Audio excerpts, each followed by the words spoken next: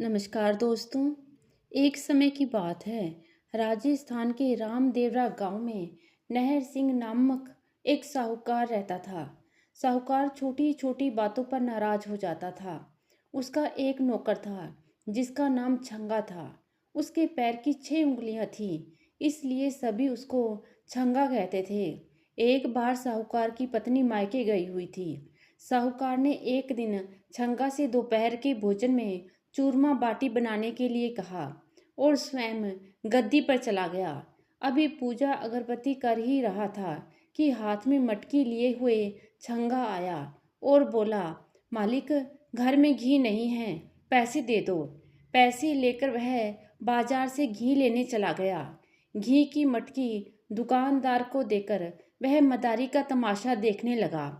तमाशा समाप्त हुआ तो उसने घी के पैसे दिए और मटकी लेकर आ गया। साहूकार ने छंगा को आते देखा तो आवाज लगाई, घी ले आया? ला इधर ला, जरा चख कर तो देखूं कैसा है। साहूकार ने जैसे ही हंडिया में उंगली डाली तो ये क्या, ऊपर घी था, नीचे दही भरा था। साहूकार ने अपना माथा ठोक लिया और बोला, किस मूर्ख से पाला पड़ा है, मेरे पैसे लुटा आया है। क्रोध में साहूकार ने पास में पड़ी छड़ी उठाई और तड़ातड़ 5-6 जमा दी। छंगा कहरा उठा। उसने मन ही मन कहा, देख लूंगा एक दिन। कुछ दिन बीतने पर एक दिन साहूकार ने छंगा से कहा, आज मुझे दावत पर जाना है, मेरी जूती पर तेल लगाकर तैयार रख देना। जी मालिक, छंगा ने उत्तर दिया। साहूकार ने अंगरखा पहना, पगड़ी लगाई और तैयार होकर छंगा को पुकारा, अरे छंगा, मेरी जूती लेकर तो आ। छंगा तुरंत तेल का कनस्तर लेकर उपस्थित हो गया। ये क्यों लेकर आया है? साहूकार चिल्लाया।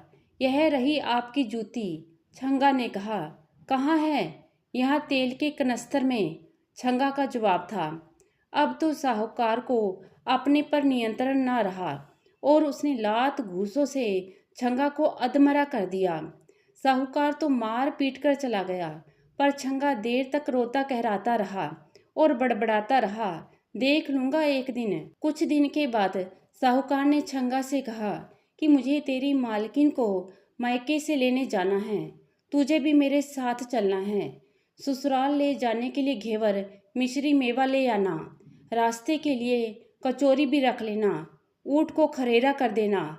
यहाँ से सवेरे सवेरे निकल देंगे। अगले दिन उंगलियों में चमचमाती अंगूठी, गले में सतलड़ा हार, सुनहरा अंग रखा, चरमर करती जूती पहने सेठ जी सज धज कर ऊँट पर सवार हो गए। मालिक, आपकी अंगूठियां तो खूब चमक रही हैं। हाँ, शुद्ध सोने की बनी हैं। सुनहरी चमक वाली चीजें बहुत कीमती होती हैं, साहूकार ने गर्वपूर्वक कहा। सूरज आसमान में ऊपर चढ़ाया। साहूकार ऊँट पर सवार आगे था। छंगा पैदल पैदल पीछे पीछे चल रहा था।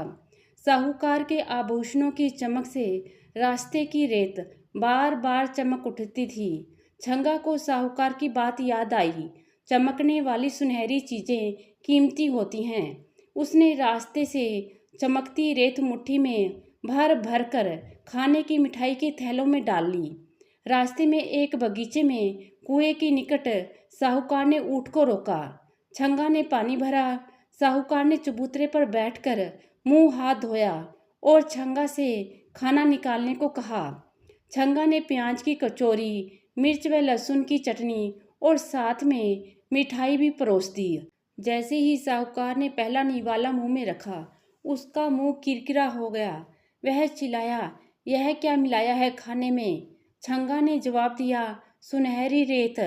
ससुराल खाली हाथ जाना पड़ेगा, सराय आने तक भूखा रहना पड़ेगा। यही सोचकर साहूकार अपने क्रोध पर काबू ना रख सका। उसने फिर मरम्मत कर दी। छंगा कहता रहा, मालिक, मैंने क्या किया है, क्यों मारते हो?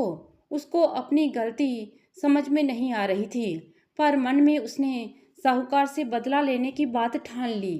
अब तो इसे देख ही लूंगा। साहूकार ने सराय में डेरा डाला। आभूषण कपड़े उतार कर खूंटी पर टांग दिए। नहाया, खाना खाया और सो गया। साहूकार को सोता देख छंगा को बदला लेने का मौका मिल गया। उसने साहूकार के आभूषण और कपड़े पहने और तैयार होकर उसने वहीं से कुछ मिठाई खरीदी और ऊंट पर सवार होकर साहूकार के ससुराल जा पहुंचा। वहां जाकर कहा, मैं तुम्हारे जमाई का मित्र हूँ। तुम्हारा जमाई पागल हो गया है और बिना बताए घर से निकल पड़ा है।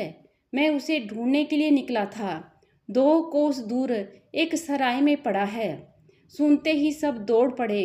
वहां जाकर देखा तो जमाई सा खाली धोती पहने लेटे थे। अपने ससुराल वालों को अचानक सामने देख साहूकार हड़बड़ा गया। कहना कुछ चाहता था, मुंह से कुछ निकल रहा था। उसने कमरे में इधर उधर देखा। उसके आभूषण कपड़े वहां नहीं थे। छंगा कहीं दिखाई नहीं दे रहा था। सास ससुर ने दुखी मन से बड़ी कठिनाई पूर्वक साहूकार को गाड़ी में बिठाया और अपनी हवेली ले गए। दूसरे कपड़े पहनाने लगे तो वह चिल्लाया, मुझे नहीं पहनने हैं ये कपड़े, मैं ऐसे ही रहूँगा। जबरदस्ती गले में कुर्ता पहनाया गया। तभी सामने से उसके कपड़ों में सजा धजा छंगा आया। उसे देख साहूकार गालियां बकने लगा। छंगा हंसते हुए हवेली से बाहर निकला तो पीछे पीछे साहूकार भी उसके पीछे भागा। लोग भी भागे। पत्नी बार बार हाथ उठाकर प्रार्थना करती है, हे भगवान, यह क्या हो गया मेरे पति को? यह तो बिल्कुल पगला गए हैं। अब मैं क्या करूं? भोजन के समय पर फिर छंगा ने साहूकार को तंग किया। सब लोग, इसको जरा ठीक से खिलाइएगा, 3 दिन से खाना नहीं खाया है। अब कोई कहे खीर खाओ, कोई कहे पूरी खाओ, कोई चूरमा खिलाने की कोशिश करे। साहूकार सबके हाथ झड़क कर खड़ा हो गया और क्रोध पूर्वक बोला, मुझे कुछ नहीं खाना है, इसी को माल पकवान खिलाओ, मैं जा रहा हूँ। साहूकार सबको धकेलते हुए पैदल ही चल पड़ा। थोड़ी ही दूर पर एक शिव मंदिर था। वहां जाकर वह एक कोने में बैठ गया। उस मंदिर में उसकी दुखी पत्नी शिवजी से पूजा कर रही थी। वह भगवान से अपने पति को अच्छा करने की विनती कर रही थी।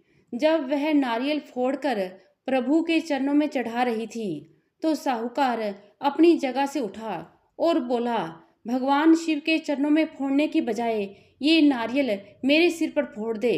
इस अचानक हमले से वह घबरा गई और उसने सचमुच नारियल साहूकार के सिर पर दे मारा। नारियल तो नहीं फूटा, पर साहूकार के सिर से खून बह निकला। इतनी देर में पीछे पीछे साहूकार के ससुराल वाले लोग भी आ गए। जमाई के सिर से खून बहता देख सब उसे अस्पताल ले गए। छंगा भी यह सब तमाशा देख रहा था। अभी तक उसे साहूकार को सताने में बड़ा आनंद आ रहा था, पर उसके सिर से खून बहता देख वह दुखी हो गया। सब लोगों के पीछे वह भी अस्पताल पहुंचा। उसने वहां जाकर सबको सच बता दिया। छोटी गलती पर मुझे खूब मारते थे। मैंने अपने मन में कसम खाई कि एक दिन देख लूँगा। बस मैंने अपना बदला ले लिया।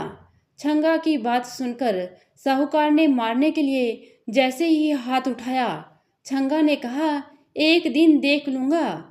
उसकी बात पर सब हंसने लगे और साहूकार ने कभी ना मारने की कसम खाई। तो दोस्तों, ये कहानी आपको कैसी लगी? आशा करती हूँ कहानी को पसंद करेंगे। धन्यवाद।